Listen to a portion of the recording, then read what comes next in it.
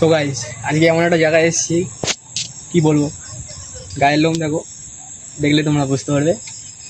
মানে কি বলবো, ইন্টু তোমাদের দিতে পারছি না, এমন একটা জায়গায় এসেছি ভয়ঙ্কর। তোমাদের লোকেশনটা খালি দেখাচ্ছি, ভিডিওটা দেখো। কিছুটা এরকম জায়গায় এসেছি, আর একটু ভেতরে গভীরে আমরা যাব, তখন দেখাবো। ব্লগটা খালি দেখবেন মন দিয়ে।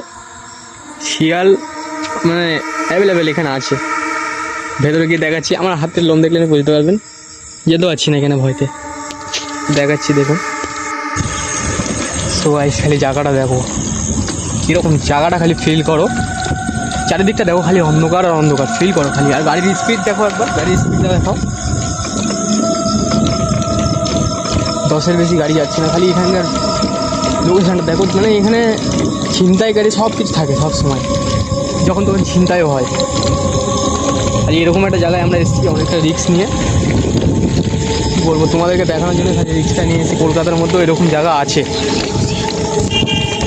কী বলবো, বলার মতো নেই। কলকাতার মধ্যে এরকম জায়গা আছে। রিস্ক, কতটা রিস্ক নিয়েছি তোমাদের বলে বোঝাতে পারবো না,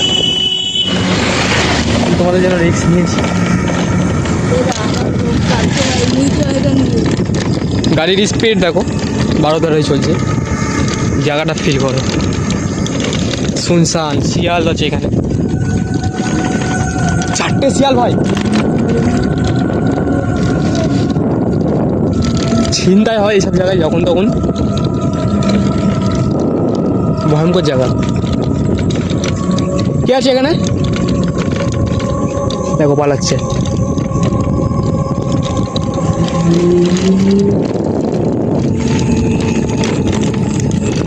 চারি সাইডটা দেখলে তোমরা বুঝতে পারবে, লোম খাড়া হয়ে যাচ্ছে না, কী বলবো, মানে বলে বোঝাতে পারছি না, কথা আমার তুলে যাচ্ছে ভয়কে।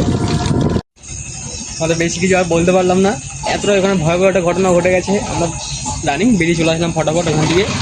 বেরিয়ে এখন আমরা মোটামুটি বাইরে চলে এসেছি, আর মোটামুটি শহরের দিকে আমরা চলে এসেছি। দেখিয়ে দাও, মোটামুটি আমরা শহরের দিকে চলে এসেছি, আর কিছুটা বাকি আছে।